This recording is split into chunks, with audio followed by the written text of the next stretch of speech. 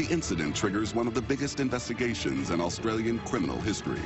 But there's no trace of the attacker, no murder weapon, and no body. Is very much a needle in a haystack situation. I don't think things could look any blacker. Within days, one of the victims has the finger of suspicion pointed straight at her. What was this woman hiding was the question that people were asking.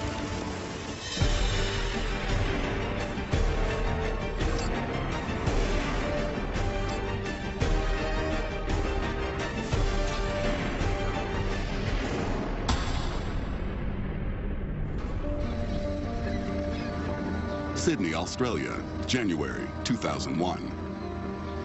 Home to the iconic architecture and a vibrant social scene, the city has recently hosted the Olympic Games.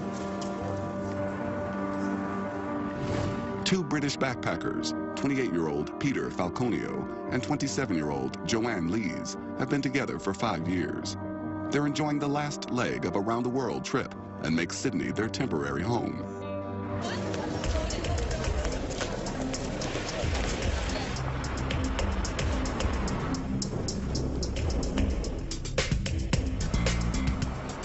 After 6 months in the bustling city, the couple heads off for a change of scenery.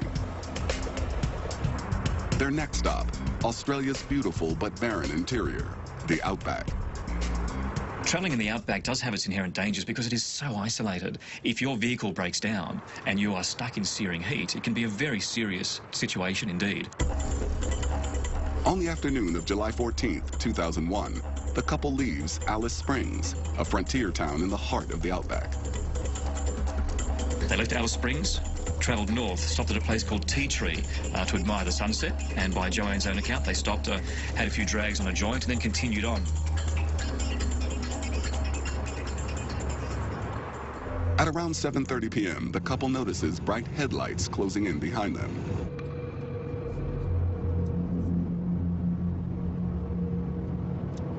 Peter slows to let the vehicle pass, but it stays on his tail. Later, Joanne recalls what happened next.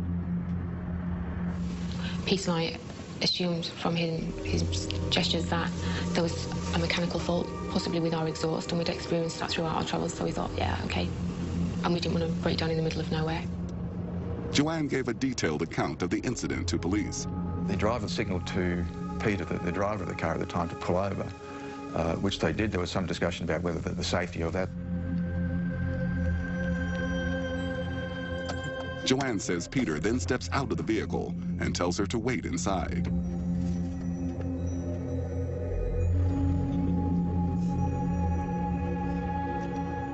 Pete was saying, oh, cheers, mate, thanks for stopping. Oh, you've seen sparks come out of our exhaust. Pete also asked me to rev the engine, which I did. Then I heard a loud bang, which I thought was the vehicle backfiring. Joanne turns for the door and suddenly finds the stranger standing right beside the driver's window with a gun.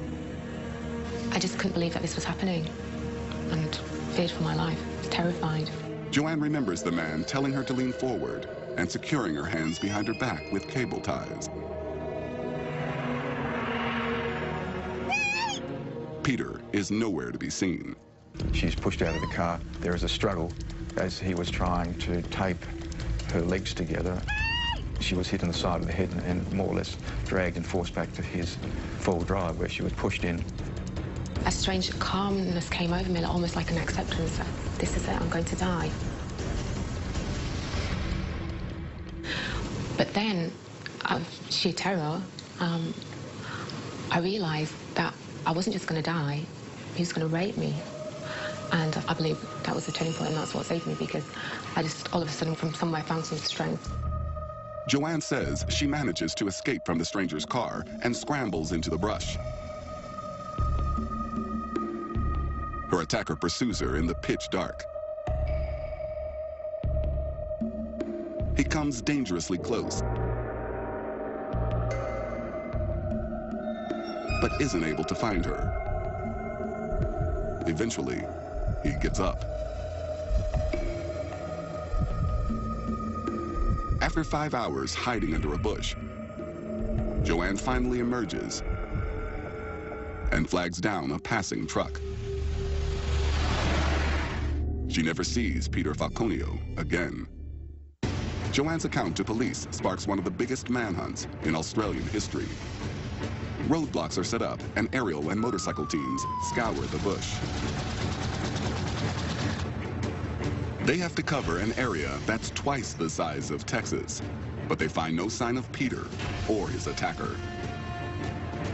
In terms of Mr. Falconio, is very much a needle in a haystack situation that we're dealing with. I don't think things could look any blacker.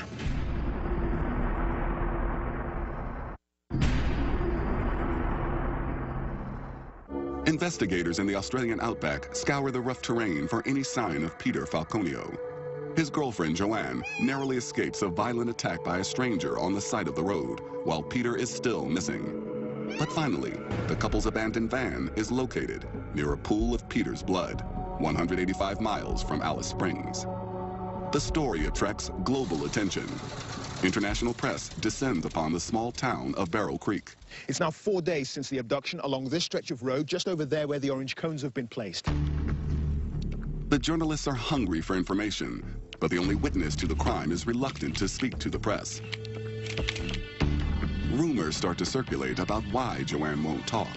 She quickly turns from victim to accused.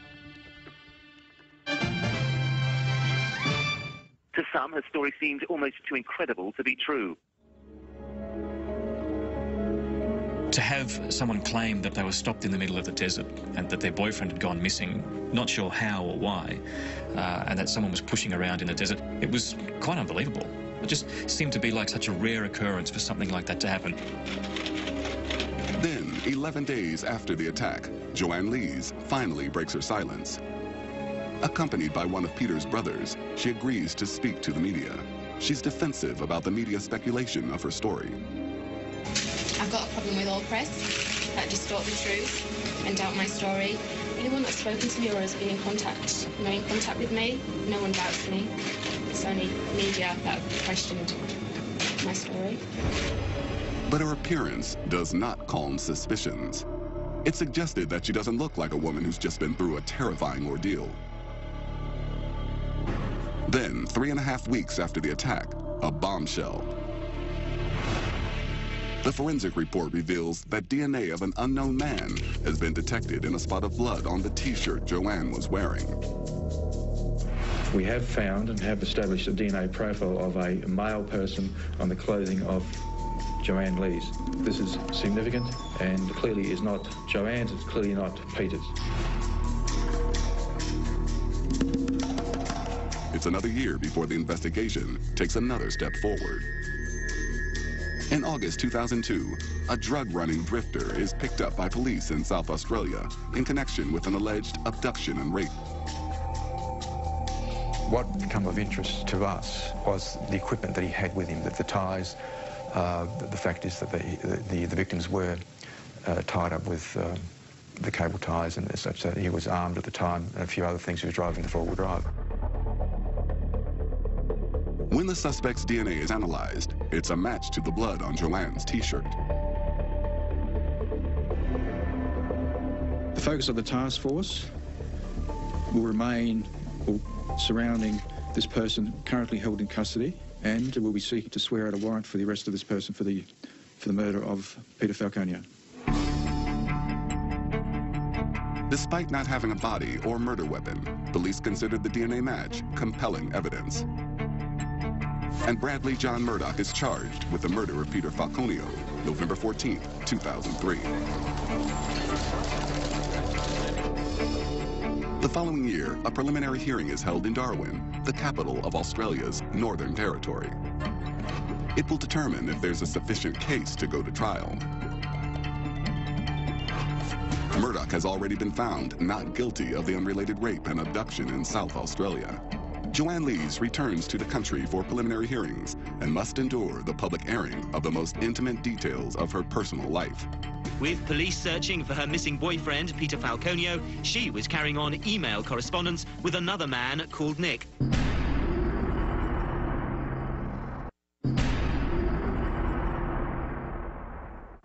A media frenzy surrounds Joanne Lees as she returns to Australia for the preliminary hearing in the Peter Falconio case. It is here where a judge will decide if there's enough evidence against Bradley John Murdoch for the case to go to trial. To the fascination of the press, it's revealed at the hearing that while Joanne lived with Peter Falconio in Sydney, she had a relationship with another man, Nick Riley. The latest revelations revolve around her behaviour at a time these pictures were taken shortly after the attack.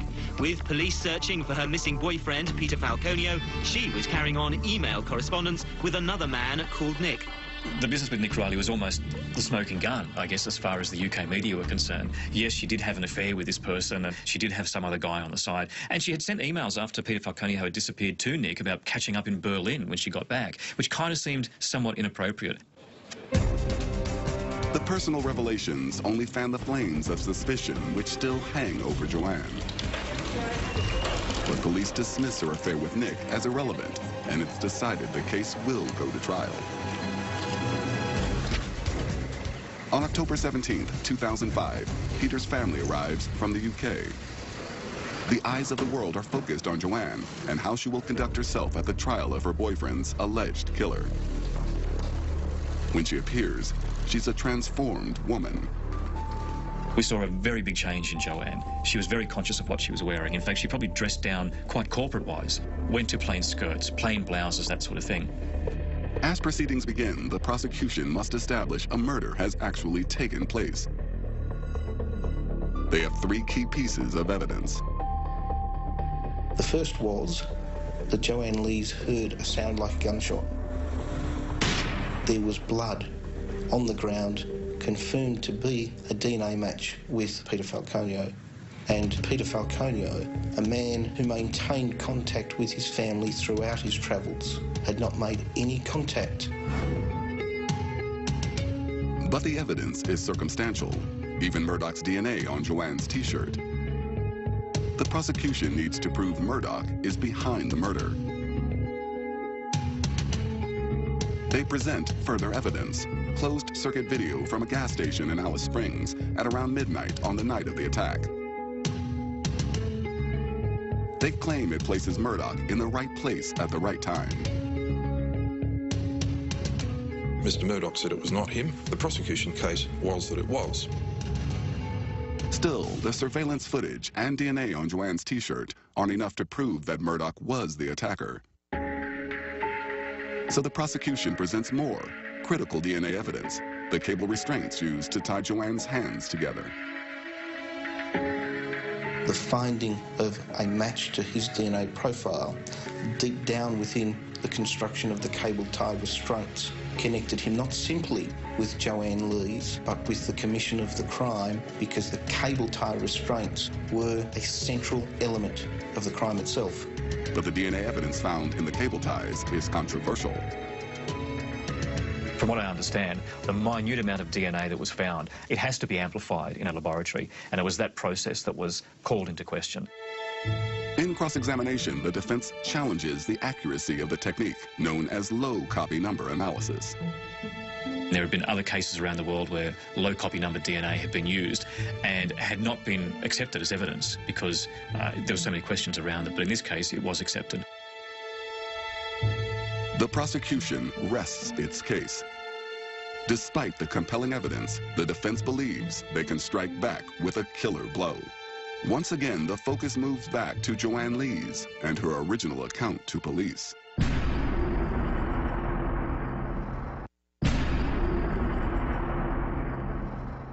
Following years of media suspicion for possible involvement in the disappearance of her boyfriend, Peter Falconio, the defense calls Joanne Lees to the stand. In her original statement, she claimed their attacker had tied her hands behind her back. But the driver who picked her up on the road after the attack says her hands were tied in front of her body. The defense was saying, look, it's impossible for you to move your hands from the back of you to the front of you. During the cross-examination, the point was raised and Ms. Lees came to say that she could give a demonstration of this capacity. So there was an adjournment at the end of the defence's questioning. She went out to another room. She put on a pair of track pants, tied her hands behind her back with a tie from somebody's suit. Then she was sat in the witness chair again while everyone filed back into the court with her hands tied behind her back. was like time had stood still for her at these points, so she was under a lot of pressure. She sat down on the ground, moved her hands from behind her to in front of her, and that was the end of it. It's a major turning point in the trial. Finally, people believe Joanne's account of what happened. On the 37th day of the trial at 12:50 p.m., the jury leaves the court to consider their verdict. Joanne waits with the Falconio family. Just 8 hours later, the jury returns with a unanimous decision. It's the end of a 5-year journey for Joanne. It was guilty after guilty after guilty after guilty. So I can only imagine the emotion that she felt at the time, a total vindication of all the people that had ever doubted her. Bradley John Murdoch is sentenced to life in prison. It's over, I can get on with my life. He's never going to be able to hurt anyone else again. He consumed my thoughts and my life for 5 years. I'm not letting him take any more of that. All that's left now is for Joanne to face the media, who doubted her for so long. Today marks the conclusion of an intense period of distress for myself and the Falconio family. This will enable us to take another step in the grieving process for Pete. We would now request you all allow us some space and privacy to do this.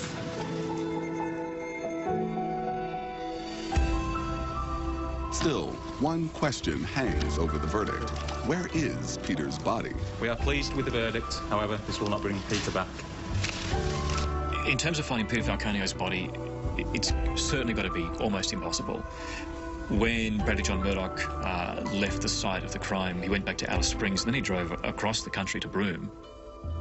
This is a vast area of land. We're talking an area half the size of Europe where the body could be. Bradley John Murdoch is the only one with the key to the mystery. He's never admitted his guilt. He's never given any sort of indication that he was responsible and indicated where he has disposed of Peter's body. If he's got any redeeming features, I would encourage him to do so. Today, Murdoch continues to proclaim his innocence.